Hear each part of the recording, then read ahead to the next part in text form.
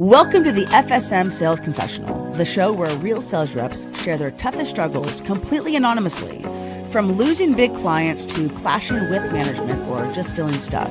This is your space to be real. Each episode, I pick a few letters that hit hard, and I respond with honest, tactical advice to help you move forward. No fluff, just real talk.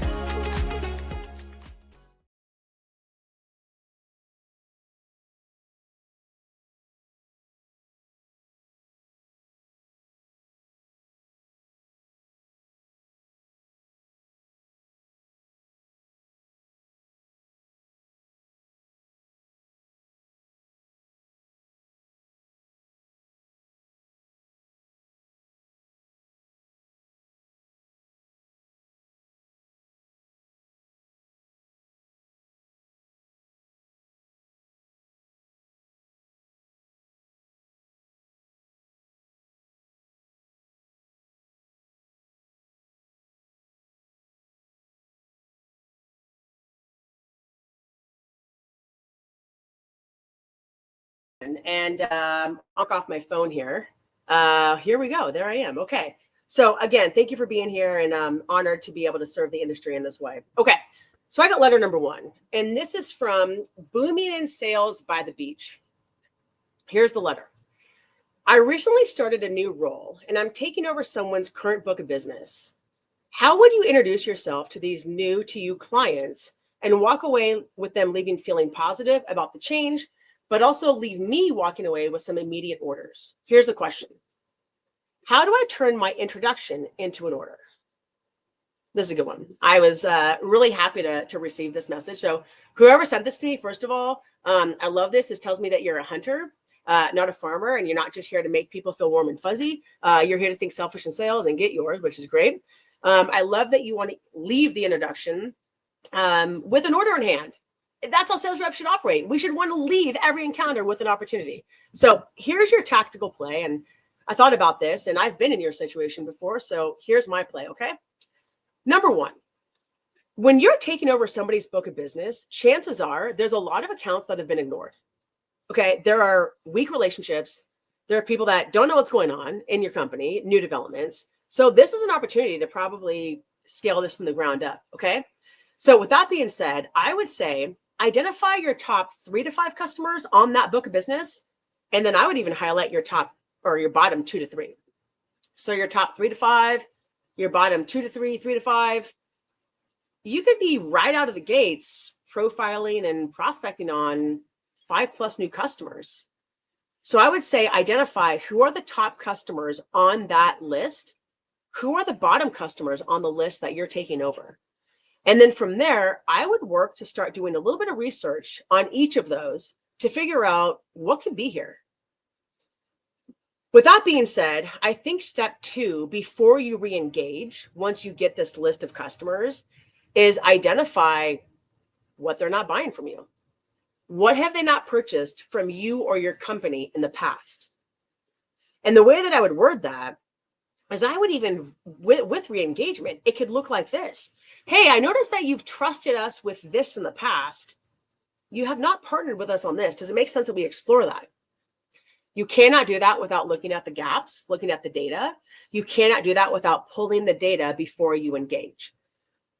I'm going to go rogue now that I think of it.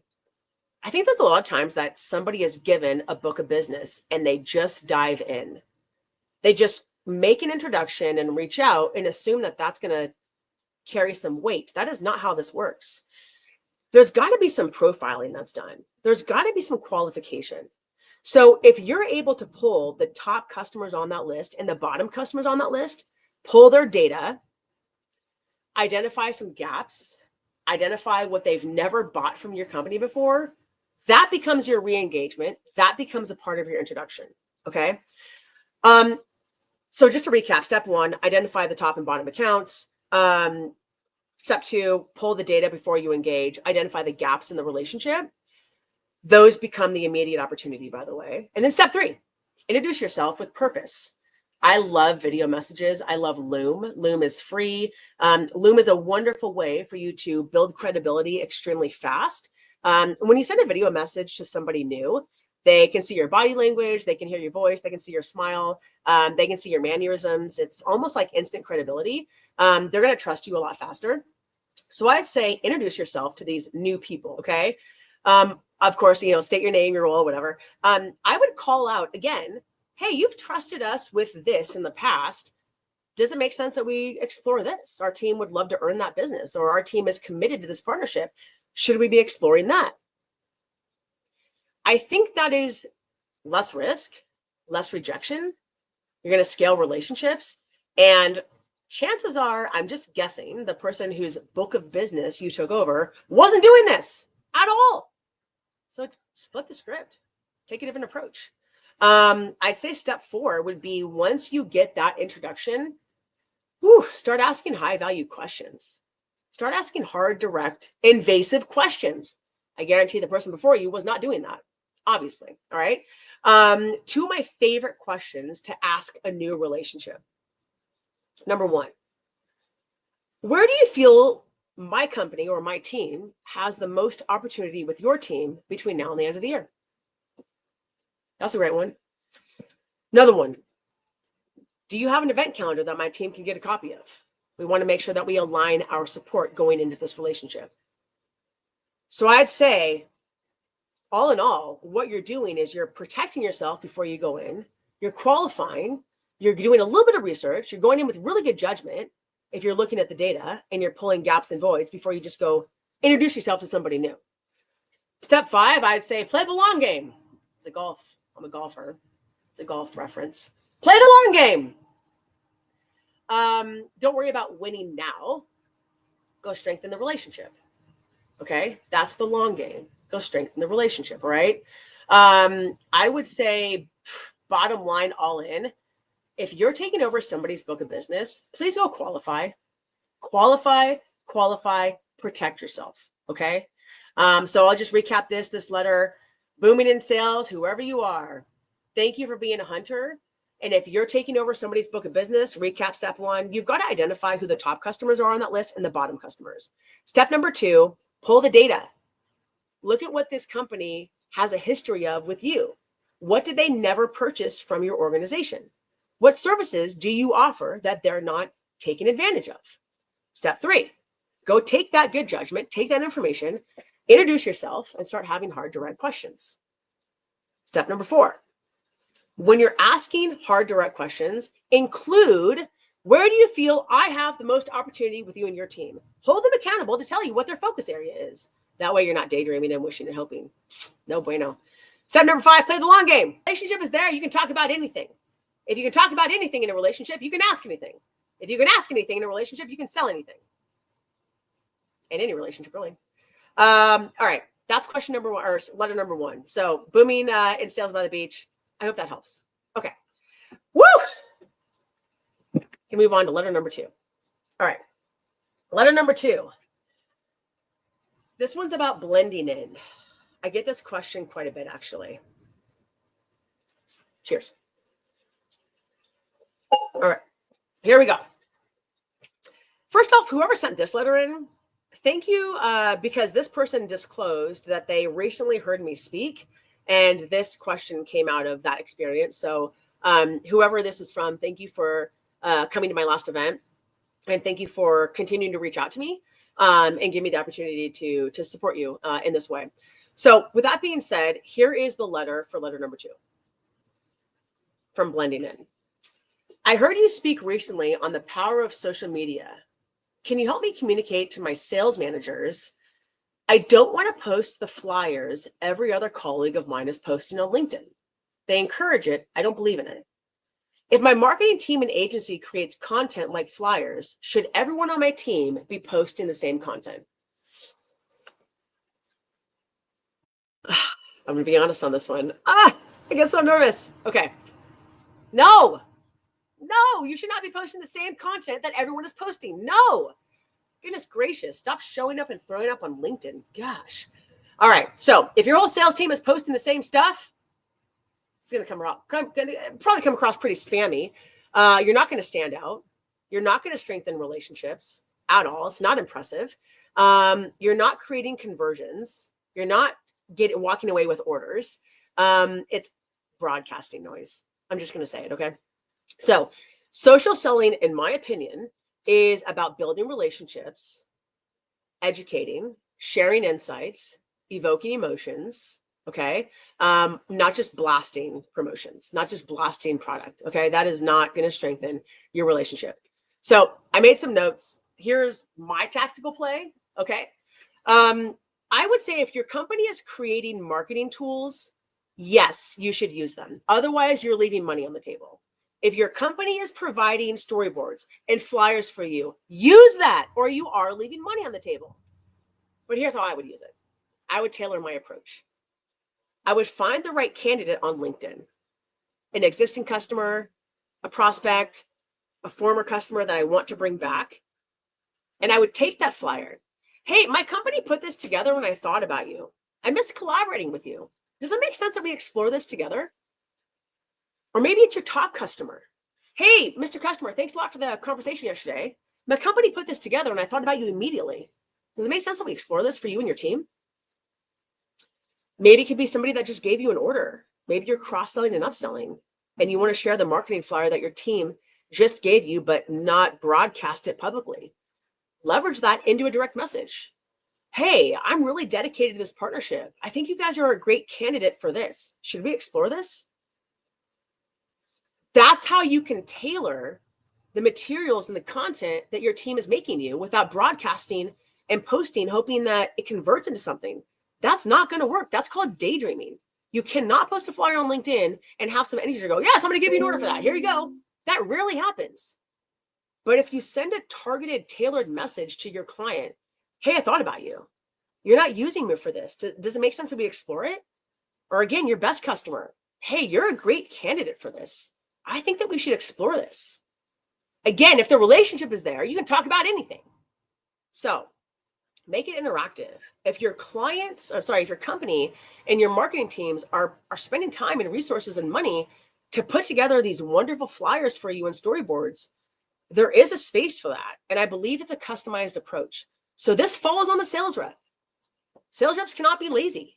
If you have marketing materials that are provided for you, use them, but tailor them. Okay. You're not going to be wasting time that way. I would say target with purpose as well. If you have marketing teams that are making you guys some wonderful lookbooks or storyboards or marketing tools, go identify your top 3 customers today. Identify your bottom 3 customers today. That's 6 customers, 6 realistic targets you have.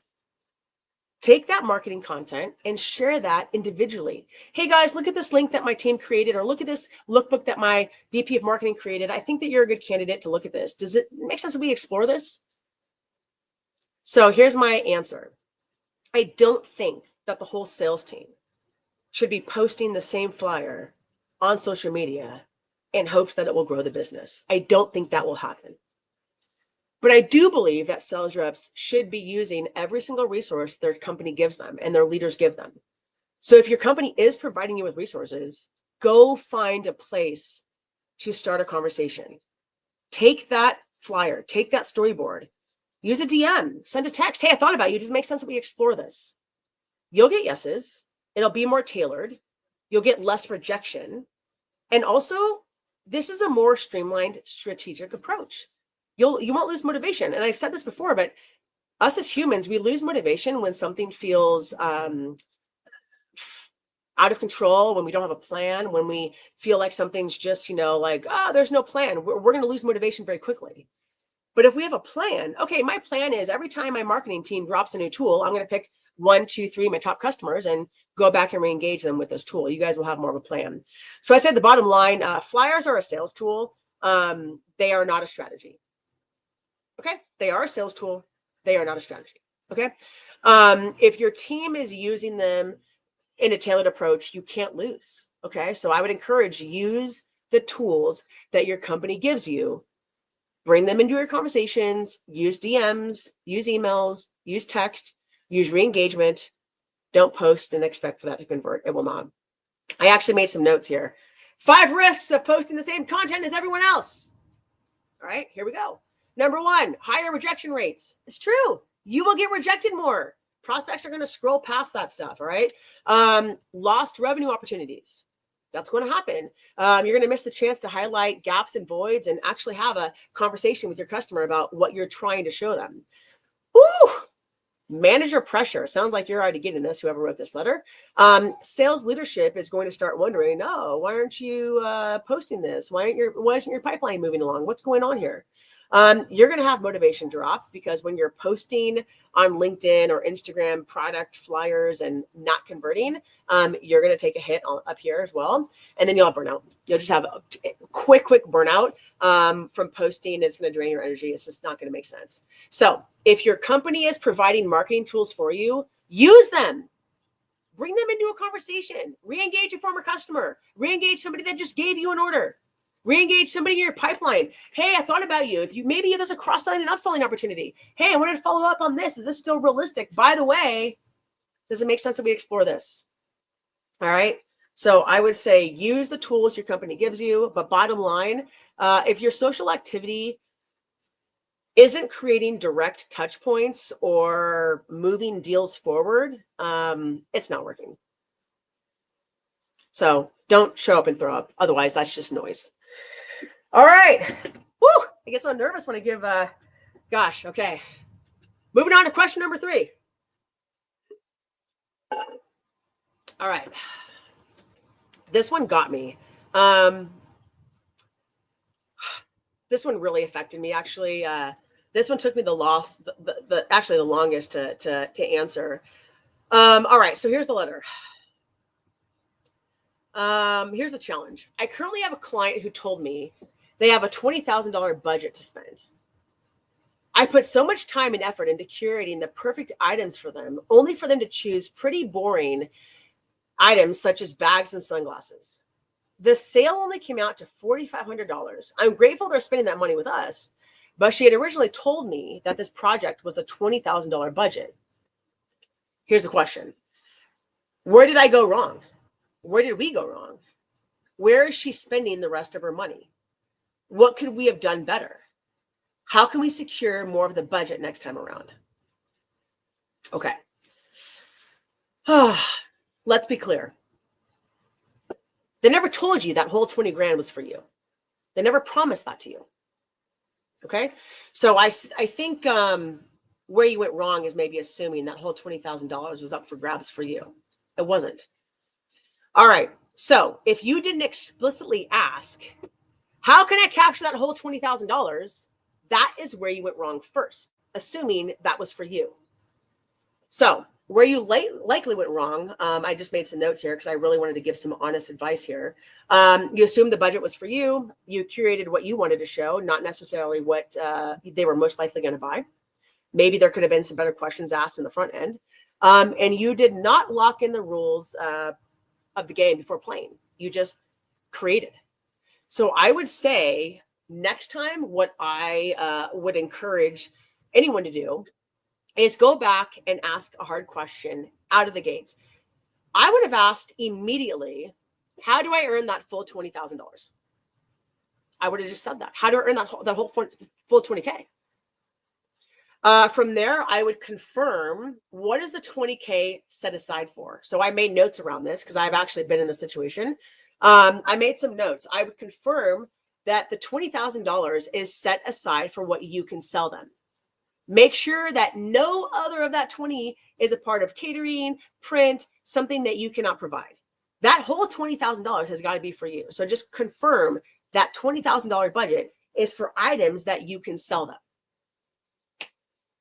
Next, I would find out right away. I mean, ask this. At a $20,000 order, ask this. Who am I up against? Ask. Is there a competitor in play? I would say that's the answer. You obviously lost this business to someone else. Somebody else was in play. Somebody else showed them something that you didn't show them. It could have been a product, a category, a service, a brand, an idea. We don't know yet.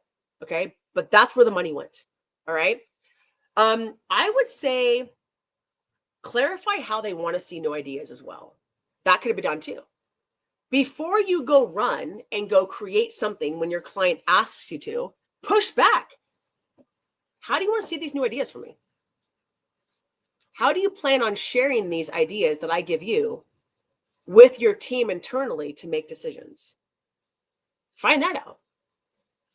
Next, I would ask hard, direct, invasive questions as I'm checking in on the project.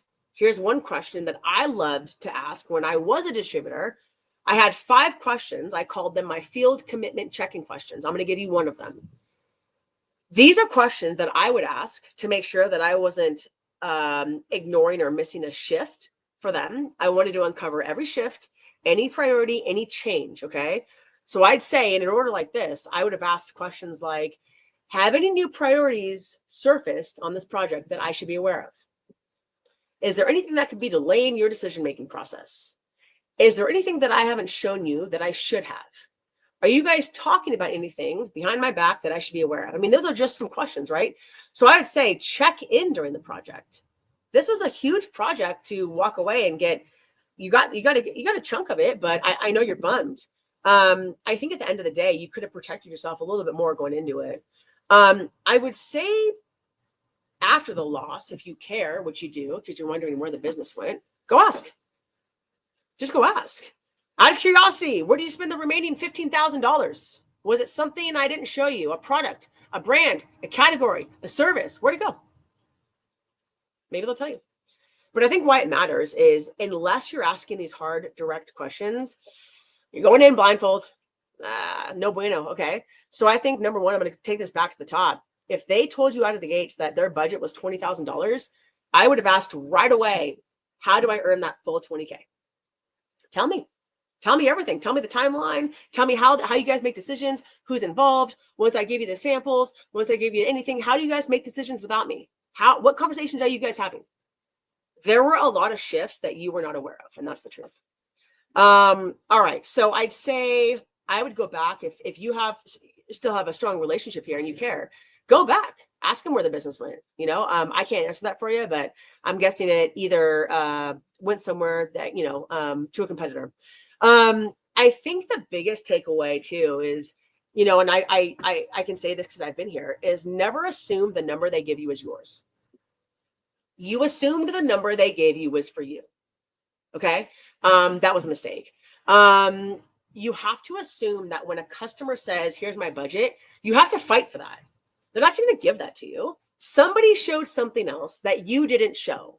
All right. Or potentially maybe there was a shift and the budget decreased and maybe their budget was what they gave you. Maybe you got the full budget. We don't know yet. You have to ask.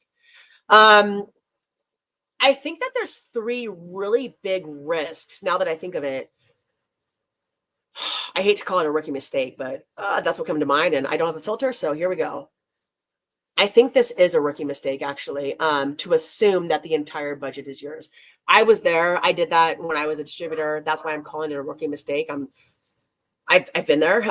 The risk is thinking that whole budget was yours. The money could have been split with other vendors. We don't know. You could have had a competitor. You should go ask. It also could have been split by other departments internally. We don't know. It also could have been split by other channels. We don't know, so I would go ask. I think all in all, the mistake could be daydreaming, right? Daydreaming that, that was yours, the commission of the $20,000, instead of clarifying how much of that is realistic for you and how do you capture the whole $20,000. Okay. I think possibly the disappointment too was all the time you spent curating this beautiful presentation that you mentioned. Maybe next time ask the client, hey, how do you want to see these ideas from me? How do you plan on sharing these internally with your team to make decisions? Can I be a part of that conversation? Do you need samples to drive a decision here? So I think the mistake was spending weeks and days maybe preparing the perfect deck, really only to find out that you might have been up against other vendors. Okay. So I think early on you asked, what would I have done differently? I would ask early on, who am I up against? Is there any other competitor in play? I think there obviously was in this case. I think also, my goodness, I hope this helps.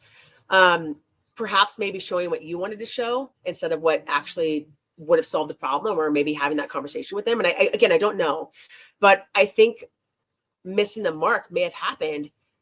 Maybe you're pushing trendy items. Maybe you're pushing your favorite stuff. Maybe you're pushing what suppliers told you should show. I don't know. But I think there's some different conversations that could have been had with your customer out of the gates. I also think I'm going to share, I made some notes too. When you have another conversation like this with your client and they share a budget with you, I made some notes about what clients are willing to answer about their budget. And this is just my experience. They are willing to answer the exact number of the budget, which you got that, okay?